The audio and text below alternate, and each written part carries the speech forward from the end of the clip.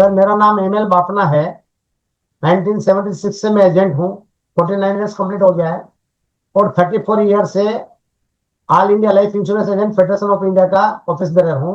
एक president executive vice president all India federation.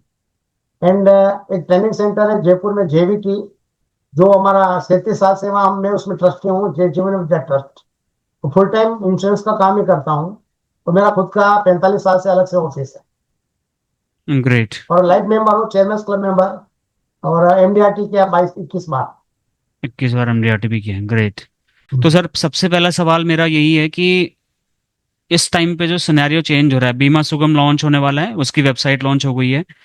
और IRDI में नए चेयरमैन अजय सेठ जी आकर के धमाल मचा रहे हैं उनके हिसाब से, बट हमारे हिसाब से वो हमारी कटौती कर रहे हैं, जिसमें सबसे बड़ा डेंट लग रहा है इंश्योरेंस एडवाइजर की इनकम पे, है ना। उनका एक लेटेस्ट जो स्टेटमेंट था कि आप म्यूचुअल फंड वाला जो कमीशन क्राइटेरिया है वो इंश्योरेंस में आप लेके आइए, ऐसा कुछ करिए। और उस पे आपके क्या विचार हैं वो भी मैं जानना चाहूँगा। और एक एक करके फिर मैं आपसे और कुछ सवाल पूछना चाहूँगा जिनका जवाब मेरी लगभग 67,000 एडवाइजर्स जानना चाहते हैं। तो सबसे पहले सर बताइए कि इस टाइम पे जो इंश्योरेंस सेक्टर में आईआरडीआई का जो रोल है वो सही दिशा में जाता हुआ दिख रहा है, या फिर वो बिल्कुल ही अपोजिट गलत दिशा में जाता हुआ दिख रहा है। 40-45 साल के एक्सपीरियंस में ऐसा एक्सपीरियंस आपको कितनी बार हुआ है? सर ये पहली बार नहीं है जब इंश्योरेंस एजेंट के कमीशन पर किसी ने सवाल उठाया हो। एक आज से 25 साल पहले भी ये सवाल उठा था। ओके। अहमदाबाद में एक वो थे कंज्यूमर एडवाइजर। तो उन्होंने बोला था एजेंट को कि एक पॉलिसी पे इतना कमीशन मिलता है। तो हम लोग हम उनके घर गए, तीन ऑफिस में। उनको बताया उस समय 25 स्ट्राइक रेट थी, 1 आउट ऑफ 25। यानी 25 लोगों से बात करते थे तो एक आदमी का बीमा कर पाते थे। अवेयरनेस है। तो फिर उनको हमने समझाया जो भी रिम्यूनरेशन मुझे एक पॉलिसी में मिल रहा है वो केवल उस पॉलिसी का रिम्यूनरेशन नहीं है। जो 25 लोगों के पीछे मैंने मेहनत की है, समय लगाया है, पैसा खर्चा किया है, उस सबका रिम्यूनरेशन मुझे एक में मिल रहा है। अभी अवेयरनेस बढ़ गई है। तो सेठ साहब उनका नया नया है, हालांकि डीएफएस में सेक्रेटरी काफी समय से थे। बट ये पूरा डिफरेंट सेक्टर है। तो कई लोगों को लगता है कि एजेंट आता है एक बार में आया बीमा करके चला गया, ऐसा नहीं है। आज की बिल्कुल। डेट में भी 10 लोगों से अगर एजेंट मिलता है तो केवल एक का ही बीमा कर पाता है। क्योंकि 10 लोगों से आज के जमाने में जिस तरह से महंगाई बढ़ गई है कि जो कॉस्ट इतनी आती है, आना जाना, इंटरनेट कन्वेंस।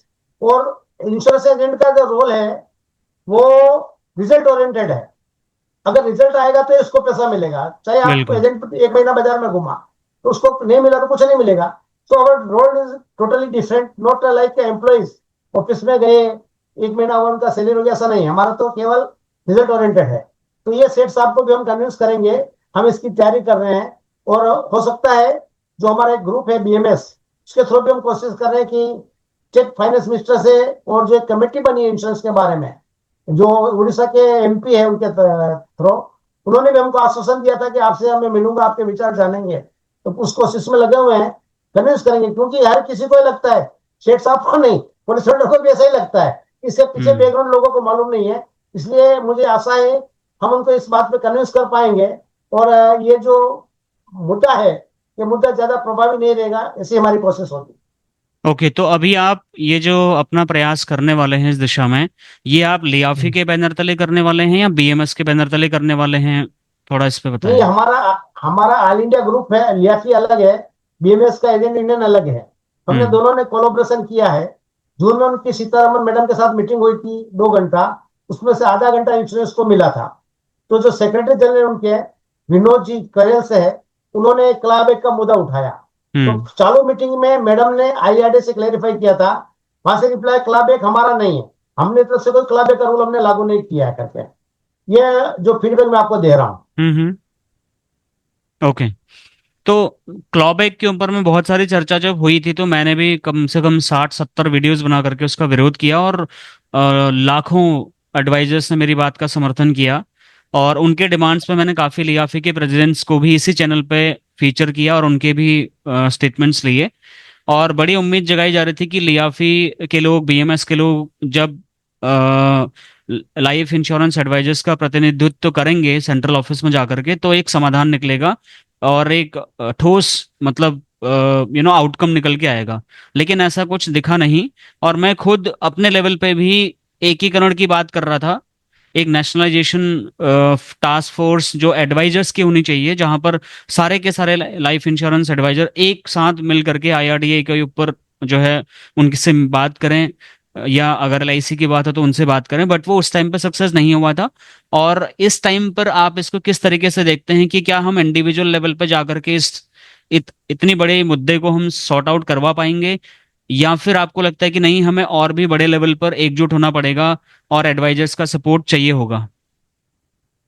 एक्चुअली क्लब एक जो आया था, वो इसलिए आया था कि आईआरडी ने 1 साल प्रीमियम बनने के बाद सरेंडर वैल्यू देने का अलाउ कर लिया था।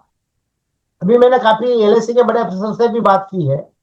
तो अगर 1 साल में सरेंडर वैल्यू पॉलिसी होल्डर को दिया जाता है, तो पहले साल में सबसे ज्यादा खर्चा आता है, कॉस्ट ज्यादा आती है, न्यू बिजनेस प्रोक्योरेशन चार्जेस। छोटी पॉलिसी में तो 100% भी होती है, बड़ी पॉलिसी में 80 से 90% होती है। अगर कोई भी कंपनी 1 साल में सरेंडर वैल्यू देती है, तो उसको पैसा तो जाएगा ही जाएगा, साथ में साल भर में जितने भी डेथ क्लेम हुए हैं उनका जो लॉस हुआ वो कंपेंसेट कैसे करेगी कंपनी, क्योंकि अपनी पूंजी में से उसको देगी इनकम छोड़ के। ये मुझे जो 1 साल का सरेंडर वैल्यू का है। दूसरी बात, आजकल जो गवर्नमेंट का और हमारा भी विजन हम साथ में है, इंश्योरेंस फॉर एवरीवन बाय 2047। अगर पॉलिसी होल्डर क्या है, इंश्योरेंस का इंटेंजिबल प्रोडक्ट है, लोगों को इसका डायरेक्ट प्रभाव मालूम नहीं पड़ता, क्या इसका फायदा मालूम नहीं पड़ता है। तो अगर कोई भी पॉलिसी होल्डर आर्थिक रूप से तंगी में आता है, तो सबसे पहले वो बीमा पॉलिसी सरेंडर करने का सोचता है और उसको हम्म। सरेंडर कर देता है। हम्म। अगर कोई पॉलिसी लेने के बाद सरेंडर कर देता है, उसकी फैमिली को सिक्योरिटी तो मिली नहीं, तो बिल्कुल। 2047 डिस्कंटिन्यू हो गए। और एक बार अगर पॉलिसी को भी सरेंडर करता है, तो मोस्टली चांस है जिंदगी में दोबारा पॉलिसी नहीं लेता है। तो अगर इसके बारे में बात हुई, हम आईआरडी से भी निवेदन करेंगे, कोशिश करेंगे मीटिंग में कि 1 साल का जो सरेंडर वैल्यू का आपका जो ये नियम है, इसको आप कैंसिल कर दीजिए। क्योंकि ये सरेंडर वैल्यू हमारा जो इंश्योरेंस का प्रोडक्शन देने का जो पर्पज है, उससे अगेंस्ट है, उसको डिफीट करता है। इंश्योरेंस लेने के बाद इंश्योरेंस चालू रहना चाहिए। पास्ट में भी कई चेयरमैन ने अपील की, तो मीडिया में भी आया था कि रिटेंशन रेशियो जो है, 5 साल बाद पॉलिसी, आजकल एलआईसी की या कोई भी लाइफ इंश्योरेंस की पॉलिसी 5 साल बाद 50% ही चालू रहती है, तो ठीक है। 50% तो चले जाते हैं। तो इस पर रिटेंशन रेशियो कैसे बढ़ेगा, अगर ऐसा और छूट दिया तो और रिटेंशन रेशियो कम हो जाएगा। तो हमारा कोशिश रहना चाहिए, जिस पॉलिसी होल्डर ने पॉलिसी दी है पूरे टर्म तक उसका इंश्योरेंस कवर चालू रहे। और दिशा में मैं आशा करता हूं कि हमारे प्रयास सार्थक होंगे। जो कमेटी बनी है यूनिवर्सिटी, उनसे भी मिलेंगे और अभी कोशिश करेंगे कि फाइनेंस मिनिस्टर मैडम सीतारमन से मिले। ये डिसाइडिंग अथॉरिटी सीतारमन मैडम है। हम्म। ये तकलीफ ये हो रही है कि जिसके पास डिसीजन लेने का पावर है, उनके यहाँ मुलाकात का टाइम नहीं मिल रहा है। यहाँ उनके जब मुलाकात ही नहीं होगी तो कन्विंस कैसे करेंगे हम उनको। बिल्कुल। कुछ नहीं था, आमने सामने बैठ के अगर बात करते हैं। आपको क्या लगता है कि जैसे एक साल कंप्लीट होगा, क्लॉबैक ऑफिशियली इंश्योरेंस कंपनीज खासकर एलआईसी लागू करने वाली है, इंश्योरेंस एडवाइजर्स के ऊपर इसकी मार पड़ने वाली है, हाँ या ना? हाँ ना में तो जमा पॉसिबल नहीं है। बट अभी ये अक्टूबर को 1 साल पूरा हुआ है। 1 साल के बाद पॉलिसी सरेंडर होती है, कितना वैल्यू देते हैं, कितना हम्म। लोड आता है। लेकिन एक्चुअली एलआईसी पे इतना लोड इसका इसलिए नहीं आएगा। नहीं, एलआईसी मैं का जो मैं यहाँ पे एलआईसी के लोड की चिंता से पहले ये भी चिंता करूंगा कि मेरे घर में जब इतनी मेहनत करके मैं कमीशन कमा के लाया, मैंने पूरी मेहनत करी, तो एज ए एडवाइजर मैं आपसे सवाल पूछ रहा हूँ। तो मेरा एडवाइजर मुझसे ये पूछ रहा है कि एलआईसी को जो नुकसान फायदा हो रहा है मुझे उससे मतलब नहीं, क्योंकि एलआईसी तो ऑलरेडी प्रॉफिटेबल है, देश की सबसे बड़ी एयूएम कंपनी बन चुकी है, उसके पास लाखों करोड़ों का एयूएम पहले से है। तो मैं अपने बारे में अभी ये सोच रहा हूँ कि अगर मैंने इतनी मेहनत करी तो मैं अपना कमीशन क्यों सरेंडर करूं, क्यों दूं? क्योंकि मैंने तो सरेंडर करने के लिए पॉलिसी नहीं लिया था, और मेरे कस्टमर को मैं क्यों चाहूंगा कि वो सरेंडर करे?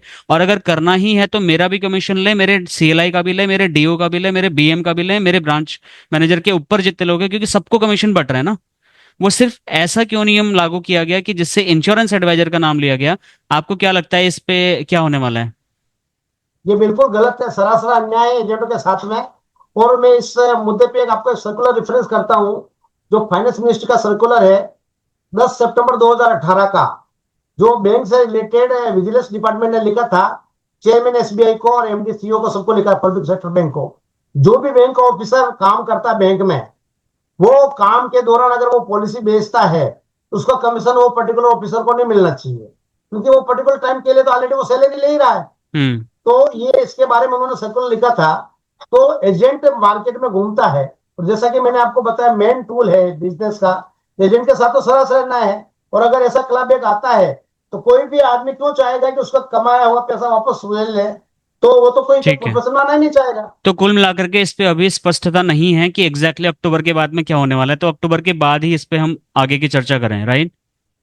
सर जी, हमने भी काफी बोला कि आप आश्वासन दे दो लिखित में कि कभी भी लागू नहीं किया जाएगा, वो तो नहीं दिया लेकिन ना वो सर। उन्होंने एक ही सवाल दिया कि अभी लागू नहीं करेंगे, अभी ठीक तो है। नहीं करेंगे। इसके इसके बारे में आरटीआई भी डाली गई, तो बालक में फ्यूचर में कभी नहीं करेंगे, ऐसा कोई आश्वासन मिला नहीं है। पार्लियामेंट में भी ये मैटर आया था। ठीक है। दूसरा सवाल मेरा सर ये है, जो जीएसटी का हमने पिछले 2-3 सालों से हम रिक्वेस्ट कर रहे थे गवर्नमेंट से कि जीएसटी प्लीज कम करें। इस देश में अगर इंश्योरेंस पेनिट्रेशन को बढ़ाना है तो 18% की मार लोगों पे ना डाली जाए। उसको बहुत दबाव के साथ में, मैं तो यूं कहूंगा साफ साफ कि हो सकता है कि चुनाव के दबाव में, बिहार में चुनाव आ रहे हैं और अलग अलग राज्यों में कई सारे चुनावी प्रक्रियाएं चल रही हैं और गवर्नमेंट थोड़े प्रेशर में भी है, गठबंधन की सरकार है, लोगों का थोड़ा सा प्रेशर है, ऑपोजिशन थोड़ा सा स्ट्रांग हो रहा है। इस चीज को देखते हुए मुझे लगता है कि 18% जीएसटी लोगों के ऊपर से हटा दिया गया। लेकिन ये क्या कि अचानक से हमें ये बताया जाता है, हमारी कंपनियां हमें सर्कुलर भेजती हैं कि जी ये 18% जो है ना, अब जो हम आपका कमीशन देते थे, अब कमीशन में आप अपना जीएसटी खुद भरोगे। तो ये फिर से कुल मिलाकर के लोगों के ऊपर से बर्डन उठा करके एडवाइजर के ऊपर बर्डन डाल दिया। इस पे आप क्या बोलेंगे? दूसरा, इसी में आप इस बात को भी जोड़ के बताइए कि अगर गवर्नमेंट ऑफिसर्स का डीए 3% दोबारा, जो नया इनका जो वेतन बढ़ाया है अभी 3% का, उसमें तो महंगाई भत्ता के तौर पे बढ़ाया गया है। मतलब सरकार ऑलरेडी ये कंडेम कर चुकी है कि देश में महंगाई तो बढ़ रही है, इसलिए तो 3% मैं महंगाई भत्ते के तौर पे दे रहा हूँ, और वो भी सरकारी कर्मचारी को। और वहीं पे जो इंश्योरेंस एडवाइजर है, जो मैं और आप जैसे लोग दिन भर चुभते धूप में काम कर रहे हैं, ठीक है, उसके बाद में भी हमारी कोई इनकम की स्टेबिलिटी नहीं है, हम भी इसी देश में रह रहे हैं, हम भी वही आटा खा रहे हैं जो महंगा हो रहा है। तो गवर्नमेंट को ऐसा क्यों नहीं दिख रहा कि ये इंश्योरेंस एजेंट भी तो महंगाई का मार झेल रहा है?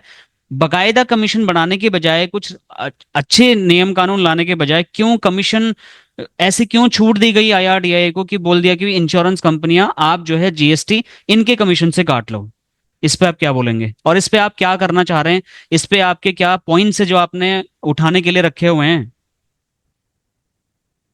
सर जी, मैं 3 बार फाइनेंस मिनिस्टर, स्टेट में फाइनेंस मिनिस्टर थे डॉक्टर कराड़, औरंगाबाद से, उनसे मिला। 2 बार उन्होंने स्पेशली मुझे डिस्कस के लिए बुलाया था। एक बार जोधपुर, औरंगाबाद, दूसरी एक बार दिल्ली हम लोग गए थे। उनको हमने बताया 56 में जो कमीशन रेट है वो भी चल रहे हैं, जबकि सैलरी मल्टीफोल्ड बढ़ चुकी है। उन्होंने बोला ऐसा कैसे हुआ, कमीशन क्यों नहीं बढ़ा? हमने कहा साहब, महंगाई इतनी बढ़ गई है। हम आज 3.5 लाख एजेंट जो छोड़ के जा रहे हैं एलआईसी, हर साल आउट हो रहे हैं। आज किसी भी आदमी को फुल टाइम काम करना प्रवृत्ता नहीं है, इसको मतलब उसको जमता नहीं है, क्योंकि उनका पेट का, उसका परिवार का। और प्रधानमंत्री ने खुद पार्लियामेंट में बताया था, एजेंट की एवरेज इनकम सालाना 15,000 महीना है। 15,000 महीना एवरेज इनकम, पार्लियामेंट में डॉक्यूमेंटेड चीज है ये। तो अगर 15,000 महीने में किसी आदमी का घर का गुजारा कैसे होगा? तो कमीशन तो बीच में हमारी फेडरेशन ने यह भी डिमांड की थी कुछ साल पहले कि कमीशन को भी हमारे को डीए से लिंक किया जाए, जिससे नहीं, महंगाई बढ़ेगी, पहले कमीशन भी पहले जो बढ़ेंगे। हुआ था उसके ऊपर चर्चा से ज्यादा मैं चाहूंगा कि आप ये बताएं कि अभी जो एट प्रेजेंट सिचुएशन हो रही है उसके ऊपर में as a representative of this forum अगर आप क्या डिमांड्स रखने वाले हैं, क्या अगर कमीशन पॉइंट्स? पे अगर कमीशन एजेंट पे कमीशन का जीएसटी का बोझ डाला गया, तो जो एजेंट काम करने वाले हैं वो नर्वस हो जाएंगे, काम नहीं करेंगे। और इंश्योरेंस का इतना भी पेनिट्रेशन बहुत कम है हमारे यहाँ। तो जब बिल्कुल। हम बढ़ाने की बात करते हैं, तो उस पर एडवर्स इफेक्ट डालेगा। बढ़ाने की और बात हम छोड़ो कोशिश सर, करें। इंडिया में इंश्योरेंस पेनिट्रेशन जो 4-4.25% पे था पिछले साल, वो इस टाइम पे अगर मैं बात करूँ तो 3.5% आ चुका है, और ग्लोबल स्टैंडर्ड 7% का है। जबकि India is one of the most crowded country in the world आज के डेट में। तो ये मोदी जी को क्यों नहीं दिखाई दे रहा है, जब इतनी सारी जो प्रॉब्लम्स हैं और देश में 30 लाख के आसपास एडवाइजर है, और अगर किसी व्यक्ति का 1 लाख रुपए का कमीशन आ रहा है, तो सीधा सीधा 15,000 रुपए से 18,000 रुपए का एक्स्ट्रा बर्डन उसके ऊपर जाएगा। कोई एमडीआरटी कर रहा है 10 लाख रुपए का, सोचे 1.5 लाख रुपए का बर्डन आ रहा है सीधा सीधा। और ऐसा एक एडवाइजर का नहीं, हर एडवाइजर जो काम कर रहा है उसके ऊपर में है। और उन्होंने ये भी बोला है कि रिवॉर्ड्स, हालांकि मैं एक पर्टिकुलर कंपनी की बात नहीं कर रहा, मैं गवर्नमेंट के बारे में बात कर रहा हूँ कि आफ्टर ऑल जो डिसीजन, जो अप्रूवल दिया गया वो गवर्नमेंट की तरफ से दिया गया होगा। तो इस पे आपके क्या पॉइंट्स हैं लॉजिकल, जो आप इसको वहां पे कंडेम करेंगे जब आपको मौका मिलेगा? एक जो ये जीएसटी का जो आपको एजेंट पे डालने का बात है, अभी कल एक इक्की की न्यूज आई थी इकोनॉमिक टाइम्स की। तो सरकारी कंपनियों में जो मोस्टली जनरल इंश्योरेंस कंपनी है, उन्होंने कहा था हम एजेंट के ऊपर इसका बर्डन नहीं डालेंगे। एजेंट हमारे साथ बहुत सालों साल से जुड़े हुए हैं और वो हमारे बिजनेस का आधार है। प्राइवेट कंपनियां जो है वो सर्कुलर काफी आए हैं जो एजेंट से जीएसटी वसूल करना चाह रही है।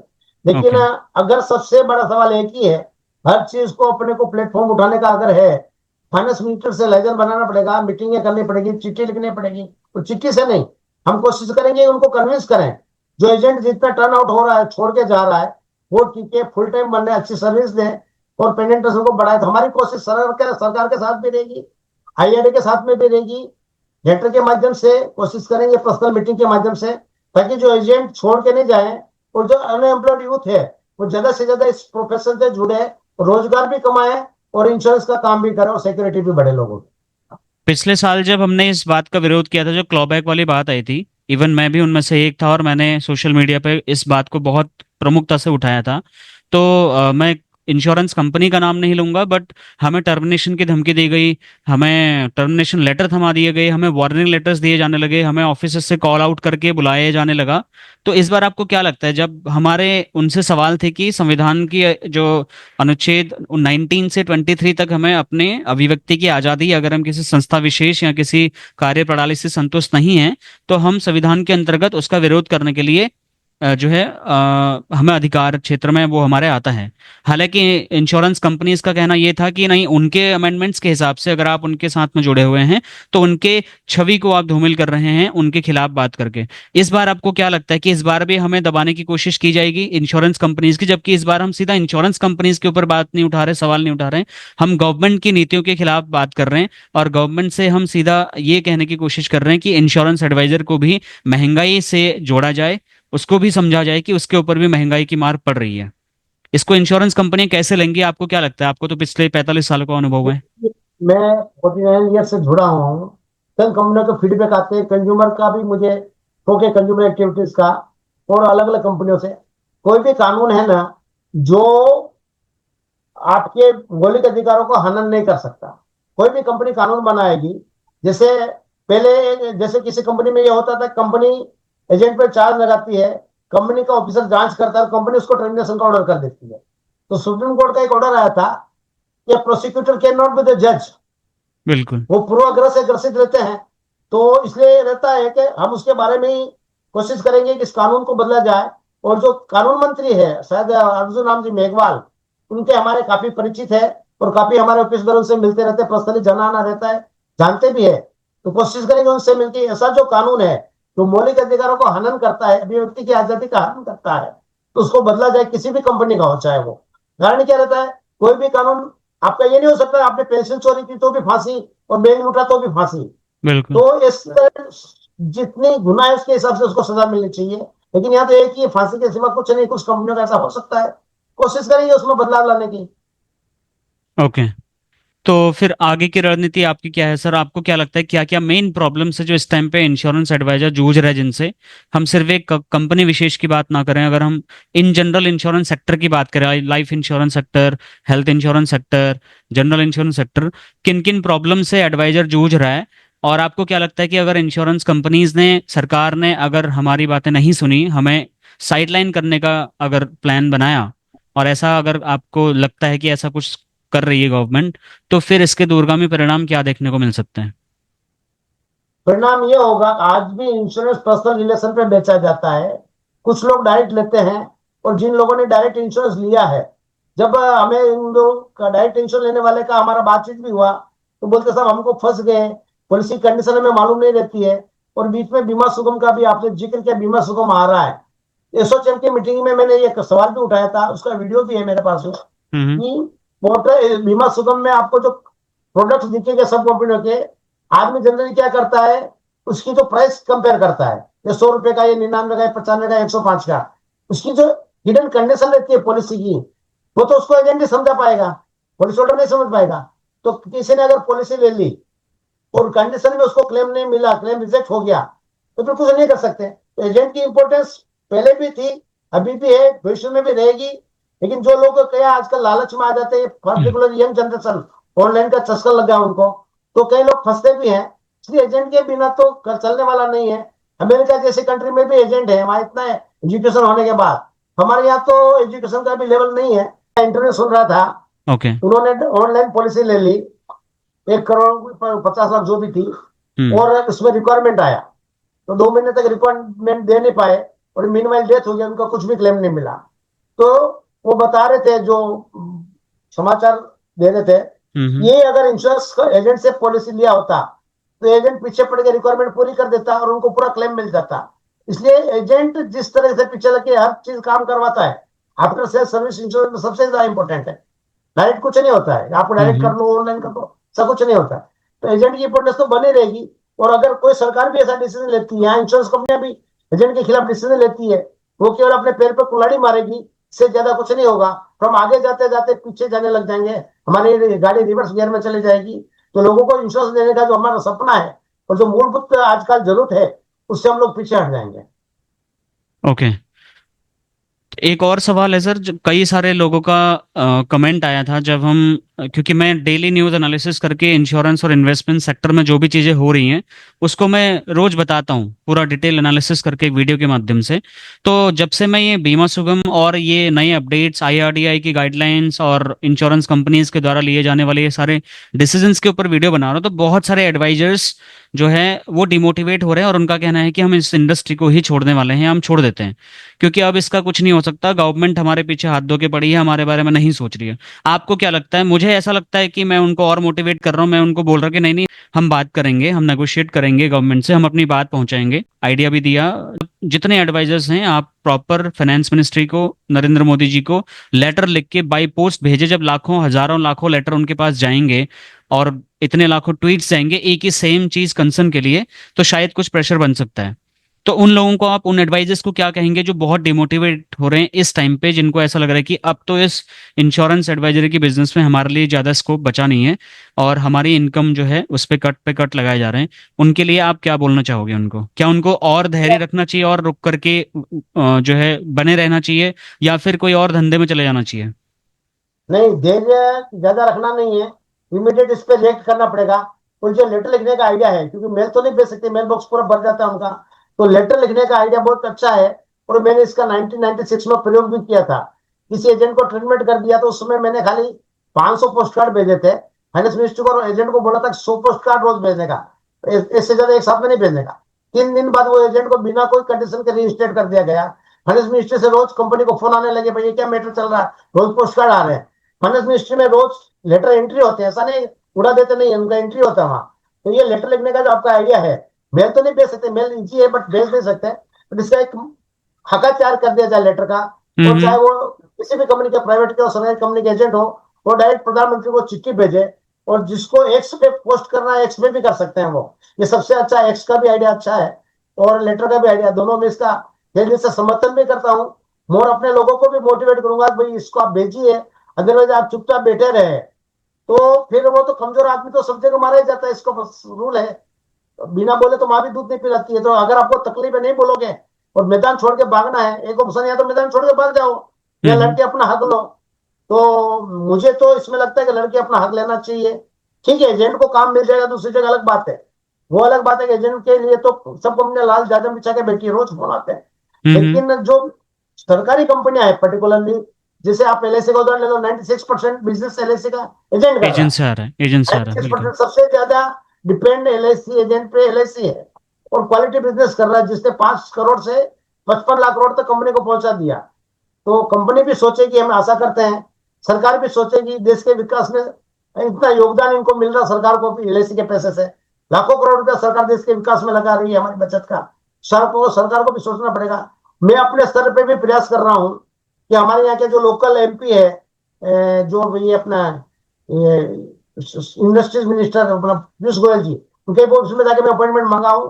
तब मैं आपको बताता हूँ एलआईसी का कैसे बिजनेस का डेवलपमेंट हो सकता है, कितना लाखों करोड़ रुपया सरकार को एक्स्ट्रा डेवलपमेंट के लिए मिल सकता है। अभी वो अमेरिका में थे, तो उनके पीए ने बोला तो सर आएंगे तो मैं आपसे बात करूंगा, आपको अपॉइंटमेंट दूंगा, क्योंकि इसमें मेरा ग्रेट। व्यक्तिगत कुछ हित नहीं है। मैं बिल्कुल किसी बिल्कुल। एजेंट का हित है, ये राष्ट्र हित की बात है कि अगर डेवलपमेंट के लिए पैसा मिलता है लाखों करोड़ रुपया, देश का विकास होगा। और मोदी जी भी यही चाहते हैं, हम भी यही चाहते हैं, पूरे देश के लोग भी यही चाहते हैं। बिल्कुल सर। इस टाइम पे एक और चीज जो सामने निकल के आ रही है उसमें यही है कि इंश्योरेंस, जो आज के डेट में लोग जेनजीज ऑनलाइन बाई कर रहे हैं और ऑफलाइन इंश्योरेंस एडवाइजर्स जो पुराने मैनुअल तरीके से इंश्योरेंस ज़्यादा बेचते हैं, उनको ये डर लग रहा है कि जब ऑनलाइन सारी चीज़ें आ जाएंगी तो हमारा रोल जो है धीरे धीरे खत्म होने वाला है। इस पे आप क्या बोलेंगे? सर ऑनलाइन जो है ना, डायरेक्ट मार्केटिंग से जो लोग ले रहे हैं, अभी एक कंपनी का मेरा बात हुआ था, तो उनका 0.02% ऑनलाइन बिका। इंश्योरेंस इंटेंजिबल प्रोडक्ट है, इसमें आपको कुछ आता नहीं, दिखता नहीं है, बराबर है। तो जो ब्रांडेड कंपनियां हैं, जैसे मैं उदाहरण के लिए देता हूं, मैं ट्रेनिंग फील्ड में भी हूँ। एक अगर आपको टीवी लेना, आप दुकान में जाएंगे, उस पर कोई ब्रांड नहीं लिखा है, आप 2 घंटे तक डिसीजन ले नहीं पाएंगे, लेकिन उस पर कोई ब्रांड का नाम लिखा है जो आपको लगता है अच्छी सर्विस दे रही है, आप तुरंत वो टीवी पसंद कर लेंगे। तो जो अच्छी बिल्कुल। कंपनियां हैं, वो तो अपने ब्रांड नाम को खोना नहीं चाहेगी। जो एजेंट ने एक्चुअली क्या है, एजेंट क्या है, एलआईसी का रिप्रेजेंटेटिव या कोई भी कंपनी का रिप्रेजेंटेटिव है, कंपनी के कोई जाता नहीं है। और एजेंट पर्सनल अपने लेवल पर इंश्योरेंस बेचता है, तो ये उनको कंपनियों को भी सोचना पड़ेगा। हाँ, समय का सवाल है, हम कितना रेट करते हैं, कितना कर पाते हैं, कितना उनको समझा पाते हैं, कितना उनसे अपॉइंटमेंट मिलता है, बातचीत होती है, वो अलग बात है। बट हमारा तरीका ये कि मैदान छोड़ के भागना नहीं चाहिए, और अपने हक के लिए हम हम्म। गलत काम नहीं कर रहे हैं। हमने हक के, हर एक आदमी को अपने हक के लिए लड़ने का अधिकार है, तो हम ठीक उनको है। कन्विंस करेंगे उनको। लास्ट में एक सवाल आपसे लूंगा सर, ये लास्ट सवाल। ऐसे पांच कौन सी चीजें हैं, संक्षेप में बताइएगा, 2-3 मिनट में, कौन सी पांच ऐसे बदलाव हैं अगर सरकार कर दे तो इंश्योरेंस एडवाइजरों का भी स्वर्णिम युग शुरू हो जाएगा, वो भी खुशी खुशी काम करेंगे और देश की भी तरक्की होगी और इंश्योरेंस पेनिट्रेशन बहुत तेजी से बढ़ सकता है। पांच ऐसे बदलाव आपकी नजर में क्या है, आप अपना डिमांड लेटर है उस पर लिख के दे सकते हैं। सर एक तो बदलाव ये है कि इंश्योरेंस जो है ना, एजेंट टर्नओवर जो हो रहा है, एजेंट आके जा रहे हैं, छोड़ के जा रहे हैं, उसको परमानेंट अपने को करना पड़ेगा। और परमानेंट अगर वो काम पे ही होगा तो उसको पैसा मिलेगा, उसको आजीविका मिलेगी, तो वो परमानेंट फील्ड में टिकेगा, अच्छी सर्विस दे पाएगा। जैसे अगर मेरे को 50 साल हुआ, तो ठीक है। अगर आपको दूसरा? 10,000 में एक एजेंट, कोई भी समझ एजेंट गया नहीं मैं। है, बिल्कुल टर्नओवर बिल्कुल। बहुत ज्यादा है, फर्स्ट चीज। ठीक है। सेकंड चीज, उनको कमीशन बढ़ाना पड़ेगा। जैसे महंगाई बढ़ती है, जैसे कमीशन बढ़ाना पड़ा, हमारी कॉस्ट बढ़ रही है। तो अगर मेरे को कॉस्ट बढ़ेगी, महंगाई के हिसाब से नहीं बढ़ेगा, तो मैं नर्स होकर दूसरा बिजनेस करूंगा या पार्ट टाइम करूंगा। साल में 2 दिन बीमा का काम करूंगा, बाकी करूंगा ही नहीं। ऐसे दो ठीक दिन है। बीमा का काम करने वाले तो चलेगा नहीं। कमीशन कमीशन थर्ड बढ़ा चीज दिया कि जाए। सरकार को हम लोग करते हैं, हमारे हम्म। को रिकॉग्नाइज करो, काफी हमारा है। आप ठीक छोटे है। छोटे चीज पे लोगों को पुरस्कार देते हैं, तबला बजाए तो पुरस्कार है। तो जो एजेंट अरबों रुपए ला रहा है, किसको भी करो आप, एक एजेंट को आप राष्ट्रीय स्तर पर पुरस्कृत करो। एजेंट कम्युनिटी के किसी भी एजेंट को जो आपको अच्छा लगे, उसको बिल्कुल। पुरस्कृत करो, भाई वो इतने साल से काम कर रहा है और देश के विकास का आधार बना हुआ। ओके, चौथा और पांचवा? एक का जो अभी जो एजेंसी का प्रचार है, ज्यादा नहीं है। सरकार ने भी बीमा सखी निकाली, अगर हर महीने 2 प्रपोजल कोई करता है तो 7,000 उसको स्टाइपेंड दिया जाएगा। 24 पॉलिसी, जबकि आज 24 पॉलिसी को एजेंट करता नहीं है, बराबर है। तो मैं सरकार से कल डिस्कस कर रहा था कि जेंट्स के लिए भी निकालो बीमा सखा। अगर कंटिन्यूस कोई रेगुलर वर्कर है जो हर महीने 2 बीमा हर महीने लाता है, तो इसका पेनिट्रेशन बढ़ेगा, ज्यादा लोगों को हम कवर कर पाएंगे। अभी तक हमारा पॉलिसी बताते इतना पॉलिसी है, नंबर ऑफ लाइफ जो हमने कवर किया वो नहीं है। मेरे ख्याल से, मेरा जो अनुमान है अभी, तो बहुत कम लोगों को हमने कवर किया, मल्टीपल पॉलिसी बहुत लोगों की है। ठीक है, और और पांचवा? एक सरकार, हाँ, सरकार को पीरियडिकली एजेंट्स के जो रिप्रेजेंटेटिव है और जो कंपनी है, चाहे एलआईसी हो चाहे प्राइवेट कंपनी हो, उनको ट्राइपेटेट मीटिंग करना चाहिए साथ में बैठ के। भाई आपको आपकी समस्या क्या है आपकी, तो उसका निपटारा उसी समय हो जाता है। तो हम चिट्ठी लिखते रहते हैं, फिर वो लिखते रहते हैं, उसको कोई ना तो समाधान होता है ना कोई सोल्यूशन निकलता है। ट्राइपेटेट मीटिंग चलिए। विशाल पूर्ण हमारा डिमांड है। Alright, thank you so very much sir, आपने डिटेल में हमें चीज़ें बताई। और बहुत जल्दी मैं आपसे दोबारा इस बारे में डिटेल में चर्चा करने के लिए दोबारा कनेक्ट करूंगा। Thank you so much. बहुत बहुत धन्यवाद सर, बहुत थैंक बहुत यू सो धन्यवाद, much sir. Thank you very much. Thank you.